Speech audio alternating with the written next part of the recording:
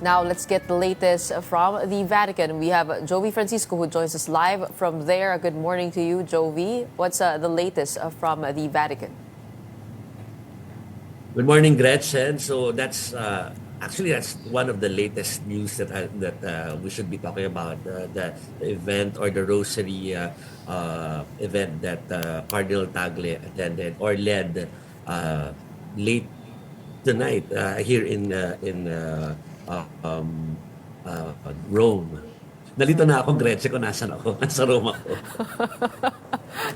Di bale, ako rin, nalito rin ako nung nandyan ako. No? Pero the rosary, the praying of the rosary for the Pope, is it held in both St. Peter's Basilica and also outside Santa Maria Maggiore? Or dun talaga sa Santa Maria Maggiore mainly?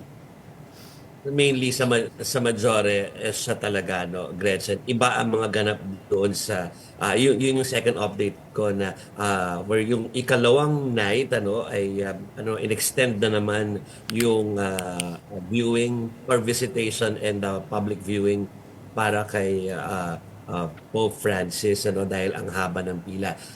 Kanina before mag-midnight, nagsabi na ang Vatican ang Vatican na close to 100,000 na ang Wow. bilang nila sa mga nagtungo at pumila para makapasok doon sa Basilica at masilayan yung mga labi ni Pope Francis. Yun yung latest count nila, no. So wala pa yung crowd ngayong after midnight. So we'll be waiting for that para i-add nila, no? Pero feeling ko lalampas ng 100,000. Medyo marami yung second day based doon sa, wala lang, may yung pakiramdam lang, hindi na natin isa-isa yung bilangin yun. Pero yung pakiramdam lang na para ang daming tao doon sa square kanina ay, so talagang inisip natin mag-hit talaga sa 100,000 so far. Yun. At ang method development pa Gretchen, kumbaga hindi na posible na i-extend yung tomorrow yung Friday. Dahil di ba yung Friday ay it's the eve of yung talaga yung funeral na mangyayari sa Sabado. Hindi na ma-extend yung visitation or yung public viewing kasi later today magaganap ang isang teka bubuksan ko ayoko magkamali dun sa dun sa pagbasa pero yung mga cardinals at saka yung officials of the Holy See will gather inside St. Peter's Basilica para dun sa tinatawag nila na rite of sealing the coffin. So in short, sasaraduhin na o isasara na yung coffin ni Pope Francis. So it signifies din itong liturgical rite na tinatawag nila na ito signals the end of the visitation or public viewing of the Pope's remains. So pagka natapos yung seremonya na yun, tigil na yung public viewing at hihintay na lang yung yung magaganap sa Sabado. It looks like that is going to be at 8 p.m. This coming Yes. Friday, Oo. And the numbers that you mentioned, 100,000 compared to yesterday's 25,000 figure, the numbers have quadrupled all in a day. But we do know that our very own president and the first lady are on their way there. Do we have an idea of when they will arrive and also their itinerary, what it looks like? Okay, ang masasabi ko lang dahil kay Mase ako mahanap ng ng detalye. Ang sinabi lang niya standby na morning sa Rome just in case na na RTVM lang ba yung magko-cover or pwede pumunta yung media. So pinapa-standby lang tayo, no. So no exact na oras at saka meron ding wala ring pasabi so far, Gretchen, kung may activity aside from yung pagdalo nga lang nila sa Sabado, no? Pero pakiramdam ko may activity outside the funeral sa Saturday. Malamang may mga meetings dito kundi man. Alam mo naman may Philcom dito, 'di ba? So baka merong side trip na gano'n. Actually, meron kasing yung embassy mismo, yung Holy See, yung Vatican mismo at meron tayong embassy naman ng Italy. So dalawa yan. And we have a very, very active Filipino community there of religious and both lay people. But the cardinals have also started to arrive there. Do we have an idea of how many cardinals are there participating in the congregation? They had the third general congregation. What exactly happens at these general congregations? Okay, wala pa ako masyadong detalye dyan, Gretchen, pero meron yung Vatican News, ano, babubuksan ko siguro maya-maya. No? Pero may detalye sila about, parang ina-assign na nila kasi kung sino magli-lead ng mga prayers, kung yung mga role na kanilang kukunin kapag nagsimula na yung conclave or even before mag-start ito, siguro yung mga yung mga activities before the actual conclave. Ay, alam ko may mga specific na na-assign, at least nabasa ko may mga 3 names na na-assign sa parang nakatoka sila sa mga importanteng role.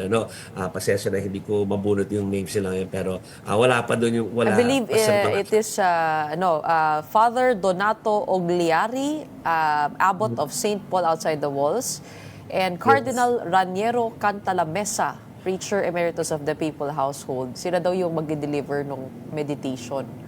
na meditation. Tapos, hinihintay nga na baka ma-assign ba yung 3 cardinals natin, ano? Na yung 2 papunta na rito, yung isa nandito na, no? Rosary na nga kanina. So, wala pa naman, hindi pa sila nasasabihan ko ano ang specific na mga role na ibibigay sa kanila before or during the conclave.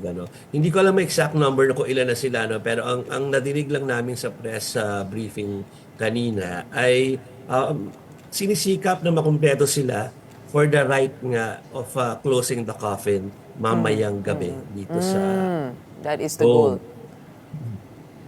Well, according to this news report, there's about 113 cardinals present in Rome.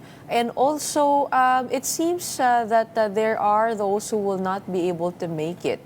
Nababalitaan natin na a Spanish cardinal and a Croatian cardinal will not be at the conclave because of health reasons. So, pwede pala yun, maaari ding yung 135 electors ay mabawasan din. But what is your sense of Cardinal Tagle? Have you seen him already there? What is your sense of his state of being? Ngayong gabi nga dapat makikita kaya lang mga kailangan akong gawin dito. Tapos yung time na kailangan ko nang pumunta doon, medyo late na, Gretchen, nahihirapan ako sakyan. Pero yun nga, kaya umasa tayo sa Vatican News for that video. So, hindi pa siya nagpapaulak ng kahit ng interview, which is very understandable, Gretchen, di ba? Dahil yun na nga, parang nagiging topic na siya maski ng mga foreign media dito. Because of the yung mga posts sa social media ng mga push for him na sana siya yung maging next pope, na alam naman natin na hindi naman yun talaga yung proseso, it's not a popularity contest, and it's also not affected by any opinion sa social media. Well, in these congregations, they actually talk about the future of the church. They meditate on that. Yes. At mukhang yun ang parang paraan para makapili sila ng susunod na Santo Papa. Jovian, ano aasahan natin for this day? Go ahead. Yeah, parang chance for them to know each other. Kasi hindi naman sila talaga lagi kasama. So, paano lang magabayanan sila, aside from yung gabay daw ng Holy Spirit, magabayan din sila dun sa parang, nakausap ko to, ano ba ang pakiramdam ko nung kausap ko siya. So, opportunity for them na kilalanin. So, ano expectation?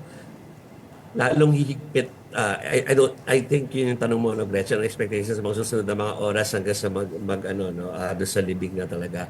Ang expectation ay mas hihigpit pa ang seguridad, massive security plan, awag nila o yung phrase na ginamit kanina. At dama na yun kanina. parang meron ng parang mga dress rehearsal or practice ng security doon sa grounds ano na yung kalahati ay talagang yung kalahati ng main walkway na yun ano ay ano lang for the general public. Tapos hindi na sila pwedeng gumalaw doon once pumasok sila doon sa nakaano na yun, nakalaan na lugar na yon. Tapos yung isang way ay para sa mga vehicles or for emergency purposes nga, no? Kung may mangyari, ay madaling makakaalis o makakadaan yung mga teams doon sa lugar na yon. Tapos alam mo naman na may mga entry points sa side ng Basilica, di ba? Kanina restricted na yon. So mahirap na pumasok, talagang doon ka na sa main papasok at nagpa-practice sila kung paanong yung protocol ng pagsa-search doon sa mga dala-dalang mga bags. Kanina nakita natin yun. May mga helicopters na rin na palibot doon kaninang maghapon. At ayan, nakita niyo sa video mga pulis na nakasakay sa kabayo going around. Mabuti na lang nakapasok ka na at nakapila ka. Noong isang araw, hindi pa masyadong marami yung tao. Mukhang pahirapan na. Oo, mukhang pahirapan na. Pero in terms of security, is everything fine? Alam mo bang may Pinoy dyan na Swiss Guard? Sinubukan kong interviewin, kaya lang ayaw magpa-video eh. Mahigpit daw sila. Nakita mo kasi parang hinahanap namin kanina, mga Filipino media, kasi nga narinig din nila yan. Kaya lang hindi namin makita. Pa-picture kami ng pa-picture sa iba dahil because of the colorful garb, no? Yes. Pero hindi namin na-tsempohan Gretch yung Nakapagpa-picture ako sa kanya. Ang pangalan niya Baste. Pero mahigpit sila, no? Pinaalam sa kanilang boss kung pwedeng ma-feature yung story niya. Hindi talaga pumayag. And we were guessing because at that time, the Pope was in critical condition, medyo sensitibo. Pero ngayon, no, that things are moving a certain way, baka magkaroon kayo ng pagkakataon dahil inaasahan na rin ang daming media talaga dyan. Yung accreditation mo, nakuha mo na ba doon sa 10,000 Nakuha ko na. Meron. Nabigyan naman. Bigyan na, Okay. kompleto na lahat. Actually, parang nagbubulungan kami mga Philippine media kasi parang kami kompleto agad yung iba nakapila pa hanggang kanina para makuha yung IDs nila. Dahil gusto nila may ID na sila for tomorrow, for the Friday, for the Saturday event kasi kailangan mo yung kahit na mag-email na sa yung yung Vatican Press Office, kailangan pa rin na meron kang ID para makapasok ka doon sa assignment or doon sa nahingi mo na schedule for Saturday. Tayo karamihan sa mga Filipino media ay na-approve for the yung event nga ng alas 10 ng umaga. So pero kailangan na para makapasok. Ay, buti na lang at sigurado na ang ID ni Sir Joey Francisco. Okay, maraming salamat sa iyo. Abangan natin ang iyong paglalakbay dyan sa Roma. Oo. Special tayo, di ba? Meron This sa weekend. Sabado. Oo. Of course, over the funeral rites of the Pope that will happen this coming Saturday, there will be, I think, a Mass and also the procession from St. Peter's Basilica to Santa Maria Maggiore. Abangan natin yan. Ipagdasal mo naman kami dyan, Jovi. Oo. Yes. Actually, ginawa ko yun parang collective na nung pumasok ako sa Basilica. Alright, maraming salamat. Makakatulog ka na. Thank you very much to our senior news content manager, Jovi Francisco, joins us live from the Vatican.